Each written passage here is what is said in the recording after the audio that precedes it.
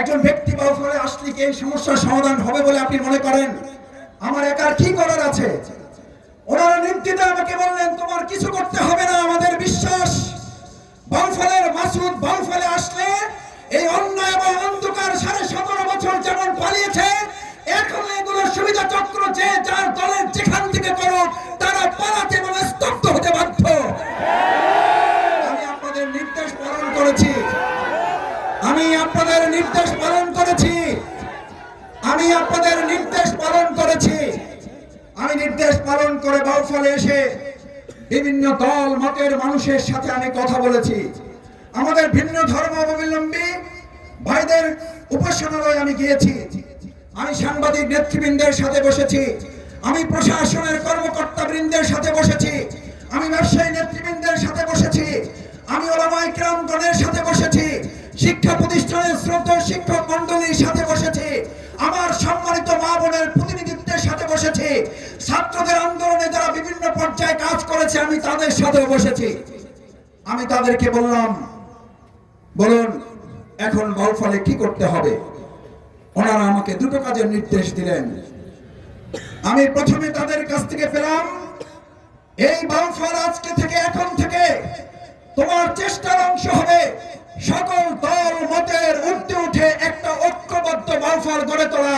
আজ বাউফলবাসীর কাছে জানতে চাই, এই সকল দল এবং মতের সম্মানিত প্রতিনিধিরা যে দায়িত্ব বাউফলবাসীর কাছে দিয়েছে, আমরা ঐক্যবদ্ধ একটা বাউফল বিনির্মাণের জন্য কি সবাই প্রস্তুত থাকবো?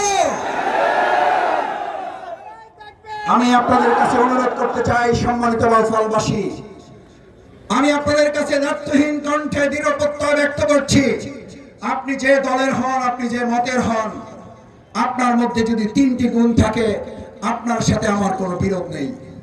নাম্বার 1, আপনি যদি সৎ হন তাহলে বাউফলবাসীর সাথে থেকে আমরা আপনাকে নিয়ে নির্দ্বিধায় যে কোনো কাজ চালিয়ে যাব।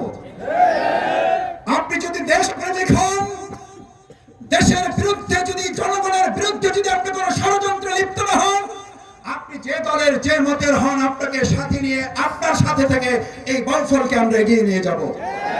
কিন্তু শর্ত হচ্ছে দেশের বিরুদ্ধে, দেশের জনগণের বিরুদ্ধে আপনি কোনো ষড়যন্ত্র করতে পারবেন না।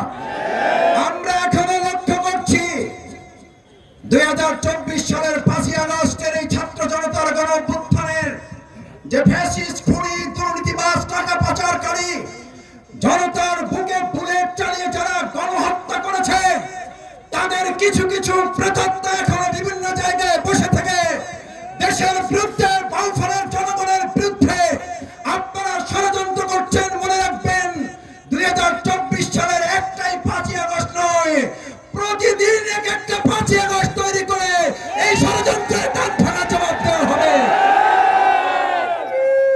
আমি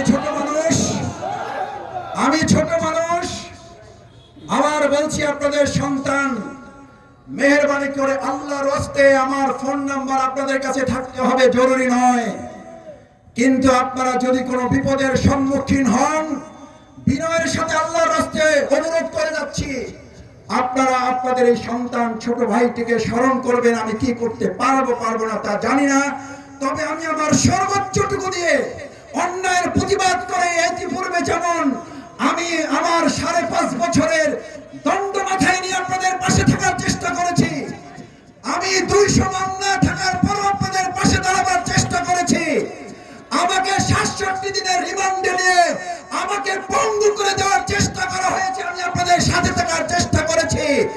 ওই সময় যেমন আমি অন্যায়ের কাছে মাথা নত করি নাই, আল্লাহর কসম ভবিষ্যতে কোনো অন্যায়ের কাছে মাথা নত করব না। ভালো করে বাউফলের ভাইয়েরা,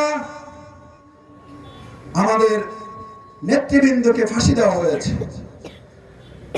আমাদের ছাত্র জনতার গণ আন্দোলনে একটার পর একটা ট্রাম্প কার্ড ব্যবহার করেছে স্বৈরাচারী খুনি শেখ হাসিনা। এবং সবচেয়ে মজার এবং ন্যাক্কারজনক ঘটনা হচ্ছে, আন্দোলনকে যখন দমন করতে ব্যর্থ হলো, তার মাথায় তো ভালো জিনিস তো নাই।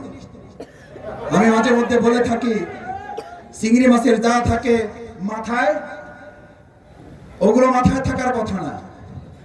যা থাকে নিচে ওগুলো তো চিংড়ি মাছের মাথায় থাকে, লাভ দেয় সামনে যায় পিছনে। আমাদের এই ভদ্র মহিলা মাথায় ওরকম পিছনের চিন্তা, কারণ তার তো মাথার মধ্যে আসলে কিছু নাই।